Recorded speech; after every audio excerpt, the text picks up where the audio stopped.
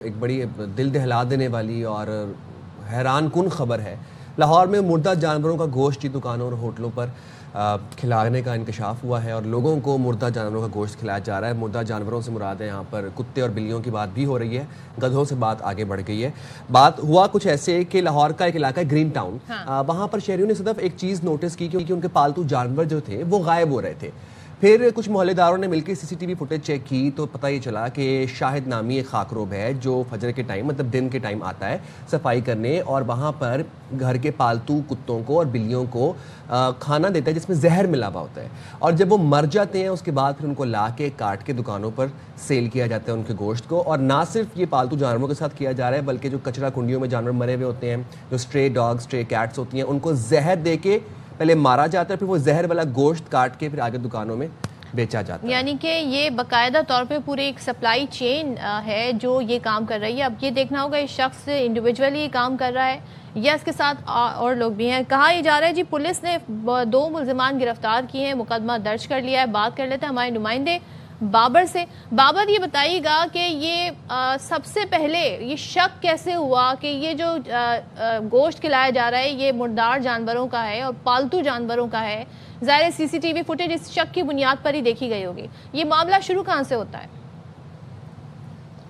دیکھیں یہ green town کا علاقہ ہے جہاں پر جو پالتو جانور ہے بکرے وغیرہ، کیونکہ اس میں ابھی تک یہ انکشاف نہیں یہ ہوا کہ کتے یا بلیوں کو بھی یعنی کھلایا جاتا تھا مردہ جو جانور تھے۔ بکروں کا انکشاف ہوا ہے کہ جو پالتو بکرے تھے بکروں پہ یہ آتش گیر جو مادہ وہ اس کے چاروں میں ڈال دیتے تھے۔ شاہد نامی خاکروب ہے جس کے بعد اس کی ڈیتھ ہو جاتی تھی، اور یہ جب وہ اس کو کچرے میں پھینک دیتے تھے وہاں سے اٹھا کے ایک کسائی کے پاس لے کے جاتے تھے جہاں اسے ذبح کرنے کے بعد مختلف ہوٹلوں میں اس کو تقسیم فروخت کیا جاتا تھا، اور یہی جو مردار جو ہے نا جانور کا گوشت ہے یہ کھلایا جاتا تھا۔ پولیس کو جو شک ہوا سی سی ٹی وی فوٹیج ہے، اس کے بعد D I G operation Lahore Faisal Kamran نے ایک خصوصی ٹیم تشکیل دی جس نے شہریوں کی مدد سے ایک خاکروب شاہد کو حراست میں لیا۔ شاہد کو جب حراست میں لے کر اس کی تفتیش کی گئی تو اس نے انکشاف کیا کہ وہ راشد نامی ایک شخص ہے اس کے ساتھ مل کر یہ گھنونا کاروبار کرتا ہے اور کسائی کے پاس جا کر فروخت کرتا ہے، جہاں کسائی اسے ذبح کرنے کے بعد مختلف دکانوں میں جا کے مجھے ایک بات بتائے گا، یہ جو گرین ٹاؤن علاقہ ہے یہ کوئی دیہی علاقہ تو ہے نہیں، یہ ایک بڑا اربنائزڈ علاقہ ہے، ماڈرن علاقہ ہے، یہاں پر بکرے بھینسے گائے کہاں سے آ گئے؟ دیکھیں جی یہ کوئی بالکل یہ ہے نا کوئی شہر نہیں ہے، یہ یہاں پر دیہاتی علاقہ بھی ساتھ اس کے شامل ہوتا ہے، اور یہاں پر جو لوگوں نے اپنے شوق کے لیے بکرے اور جو دیگر سامان رکھا ہوتا تھا، جانور جو رکھے ہوتے تھے ان کو یہ چارہ ڈالتے تھے، چارے کے اندر یہ نا یہ آتش گیر مادہ ڈالتے تھے جس کے بعد اس کی ڈیتھ ہو جاتی تھی، اور یہ جب وہ مرنے کے قریب ہوتا تھا یہ تقریباً پاس جا کر سستے داموں میں مالک سے یہ خرید بھی لیتے تھے، جب مر جاتا تھا اس کو بھی لے جاتے تھے کچرے میں ڈال کر۔ جب راشد کو بھی گرفتار کیا گیا، راشد نے بھی انکشاف کیا کہ وہ کافی عرصے سے یہ کاروبار کر رہے ہیں، اور جو کسائی ہے کسائی اس کے خلاف بھی مقدمہ درج ہوا لیکن وہ مفرور ہے، اس کی گرفتاری کے لیے ٹیمیں تشکیل دی جا رہی ہیں، اور یہ کافی عرصے سے یہ گھنونا کاروبار کر رہے تھے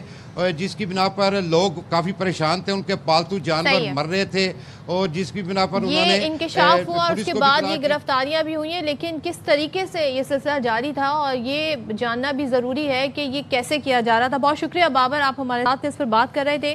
اس پر مزید بات کریں گے، D I G operations Lahore Faisal Kamran ہمارے ساتھ ہیں۔ فیصل کامران، تھوڑا سا ہمیں بتائیے گا کتنے عرصے سے یہ سلسلہ جاری تھا اور کیا اس میں صرف یہ 2 ہی اشخاص ہیں جو ملوث تھے؟